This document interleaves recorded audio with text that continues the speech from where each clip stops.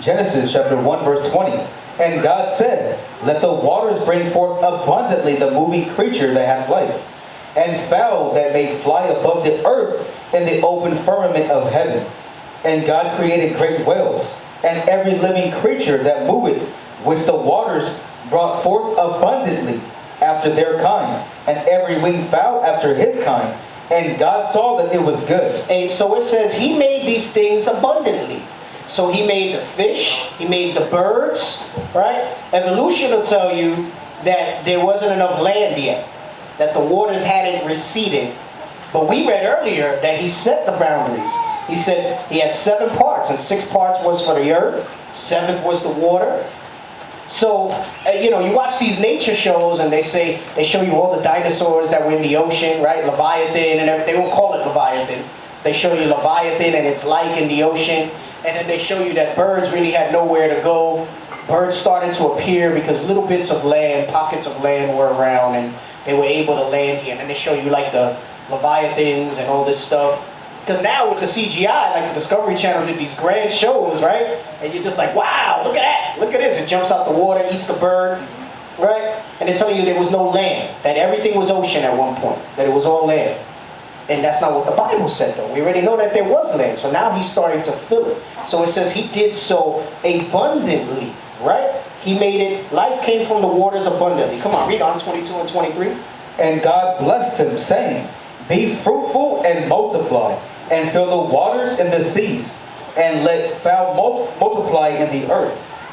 And the evening and the morning were the 5th day. So, on the 5th day is when he started to bring forth things like the birds, things like the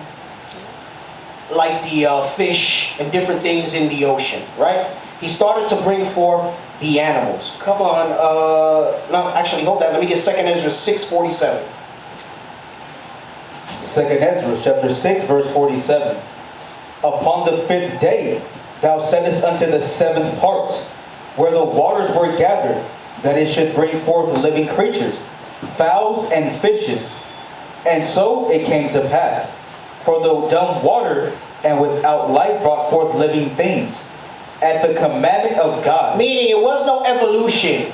The water was dumb, meaning it had nothing in it. It was just water. There was no microorganisms that developed into anything. All right, like science tells you. It says the dumb water and without life brought forth living things at the commandment of God. Remember, it said immediately he would speak it and it would happen. Come on.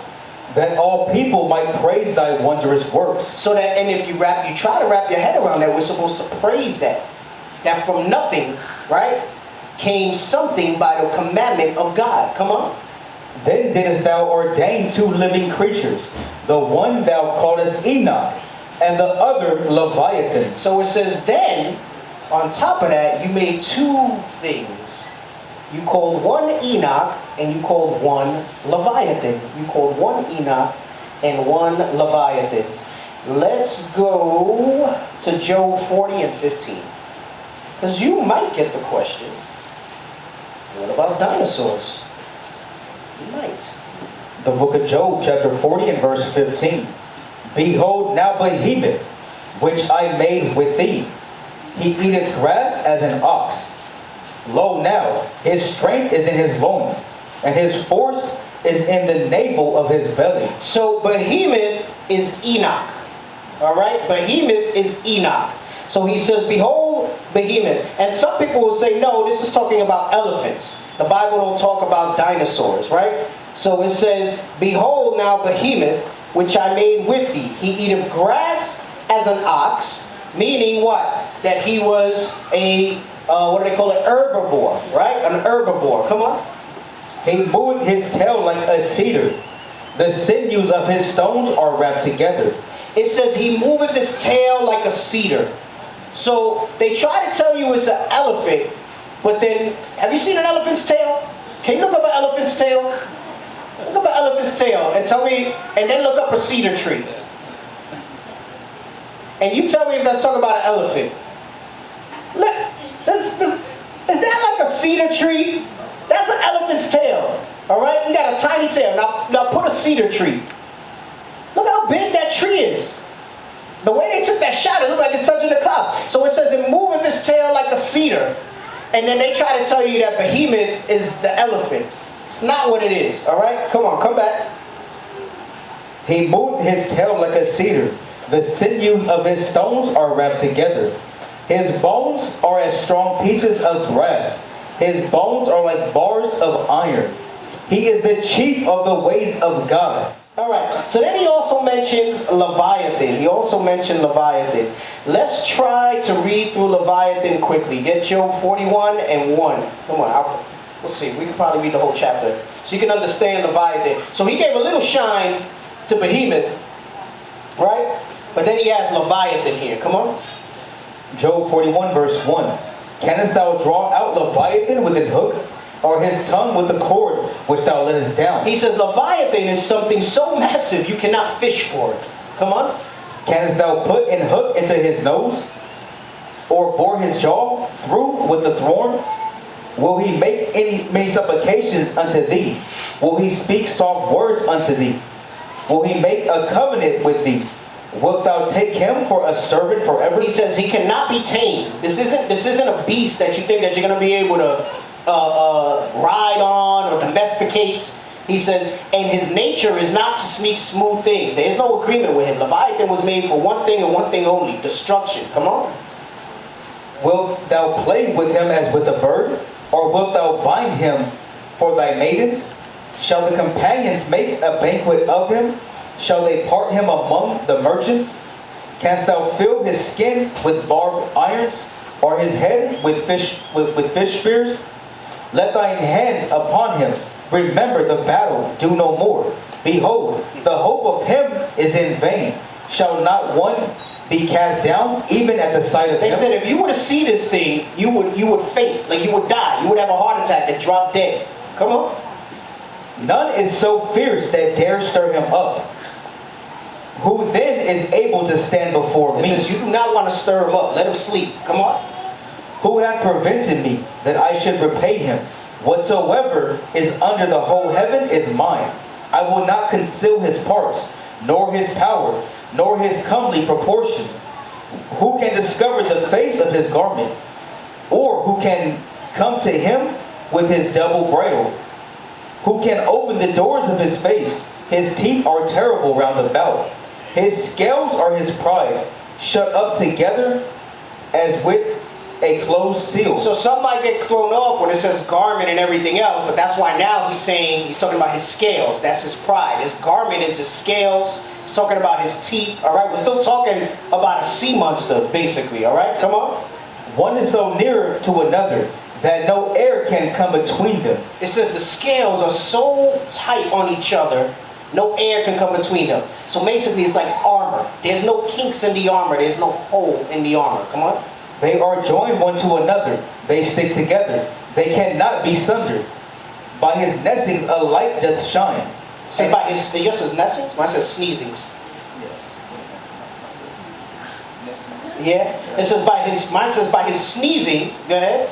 A light. By his sneezings a light doth shine. And his eyes are like the eyelids of the morning. That means that if you were to see this, his head is so big. If you know, like you see in movies, like you walking by something and then the monster open his eye and it's like so huge, it takes up the whole screen. It says you'll think like it's the sun rising, like when his eye opens up. It's so big, right? Come on. Out of his mouth go burning lamps, and sparks of fire leap out. Damn, that sounds like a fire-breathing dragon. Go ahead. It's Godzilla. Out of his nostrils goeth smoke, as out of a seething pot or cauldron. His breath kindled coals, and the flame goeth out of his mouth. It means literally, not like some brother's breath when they fasting. It means literally. Come on. In his neck remaineth strength, and sorrow is turned into joy before him. The flakes of his flesh are joined together. They are firm in themselves, they cannot be moved. His heart is as firm as a stone, yea, as hard as a piece of the nether millstone. When he riseth up himself, the mighty are afraid. By reason of breakings they purify themselves. The sword of him that layeth at him cannot hold. The spear, the dart, nor the Harbigan. nor the harpagon. He esteemeth iron as straw, and brass as rotten wood. The arrow cannot make him flee. Do you know what it is to have iron as straw? You ever take a piece of straw?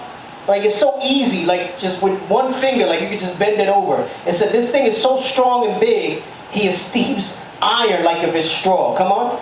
The arrow cannot make him flee. Sling stones are turned with him into stubble. Darts are counted as stubble.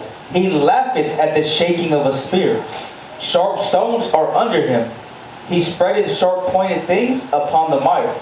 He maketh the deep to boil like a pot. He maketh the sea like a pot of ointment. He maketh a path to shine after him. One would think the deep to be hoary. Upon earth there is not like his, who is made without fear. He beholdeth all high things. He is a king over all the children of pride. It's like the Kraken. You seen the Titans. I forgot the name. Class of the Titans. It's like the Kraken, but worse, right? It sounds like a fairy tale, and people can't put their head around something like that. But watch this. Give me Psalms 104 and 26, and then Second Ezra. The book of Psalms, chapter 104 and verse 26. There go the ships. There is that Leviathan, whom thou hast made to play therein. So say Leviathan is still around, right? And watch this. Get 2 Ezra 6 and 50. 2 Ezra chapter 6 and verse 50. And did separate the one from the other. So he said he separated Behemoth and Leviathan. One for the land, one for the ocean. Come on. For the seventh part, namely, where the waters were gathered together, might not hold them both. They couldn't deal with them both if they were in one place together. Come on. Unto Enoch thou gavest one part, which was dried up the third day. So it's letting you know he gave the land to him, right? Remember, the land was made on the third day. He said, I gave the land to him. Come on. That he should dwell in the same part, wherein are 1,000 hills. But unto Leviathan thou gavest the seventh part, namely, the moist, and hast kept him to be devoured, of whom thou wilt and when. It says the Most High has kept Leviathan. He has kept Leviathan. So this thing that we just read about in Job, it says he has kept it. So now when you read what we read in Psalms, and it says the ships are worried about it, you read like historically with merchants and stuff, they would talk about sea mud. And so science will tell you it was giant squids, it was this, that, and the other. It's Leviathan. And in the last days, he's going to let that thing come up again, because he saw in the other nations in their pomp, they're going to try to take to the oceans and do different things to get away from destruction. He's reserving Leviathan to destroy all of that. You talk about the Navy, Leviathan can take the whole navies out, just like nothing, right?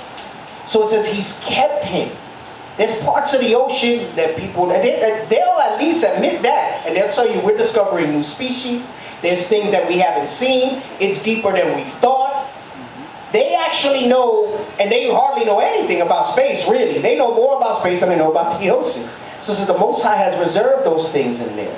All right? So he says he has kept Leviathan to devour whom he will when the Most High wants. So these things are still around, and these are great heavenly things that the Most High has made. Come on, let's continue on. We'll be cutting soon. Genesis chapter 1 verse 24. And God said, let the earth bring forth a living creature after his kind, cattle and creeping thing, and beasts of the earth after his kind. And it was so.